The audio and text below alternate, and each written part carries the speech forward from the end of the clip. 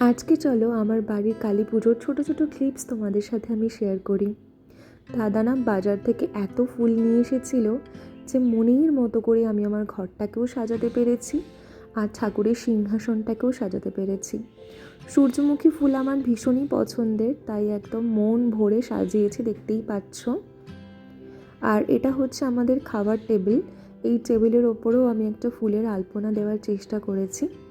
কেমন লাগলো অবশ্যই জানিও কিন্তু।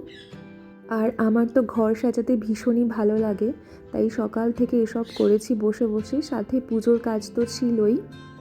কেমন লাগলো অবশ্যই জানিও। আর এখানে দেখো আমার মা ঠাকুর মশাইকে হেল্প করছিল ঠাকুরের মালাগুলো পরানোর সময়। আর দেখো ঠাকুরের মুখটা দেখলে যেন মনটা জুড়িয়ে যায়, মনে হয় যেন দেখতেই থাকি। কি অপরূপ যে লাগছিল বলে বোঝানোর মতো নয়। আসলে সারা বছর ধরে তো সেভাবে আত্মীয় স্বজন বন্ধু বান্ধবদের সাথে দেখা হয় না, তাই এই পুজোর আছিলায় কিন্তু অনেকের সাথে দেখা সাক্ষাৎ হয়। যদিও অনেকটা ব্যস্ততায় কাটে, কিন্তু তাও মনটা অনেক ভালো থাকে।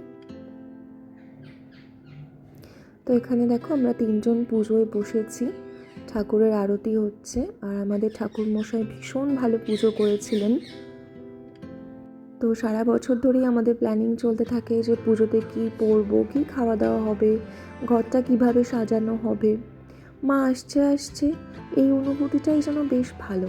তারপর এসে গেলে সময়টা যে কিভাবে চলে যায় বুঝতেই পারি না। আর মনটা না খুব ভারাক্রান্ত হয়ে যায় যখন মাকে বিদায় জানাতে হয়। তো আশা রাখছি পরের বছর মা আবার আমার ঘর আলো করে আসবে। আর মায়ের কাছে এই প্রার্থনা, সে যেন সবাইকে ভালো রাখে, সুস্থ রাখে। তাহলে আজকের মতো এটুকুই, আবার দেখা হচ্ছে অন্য ভিডিও নিয়ে। বাই।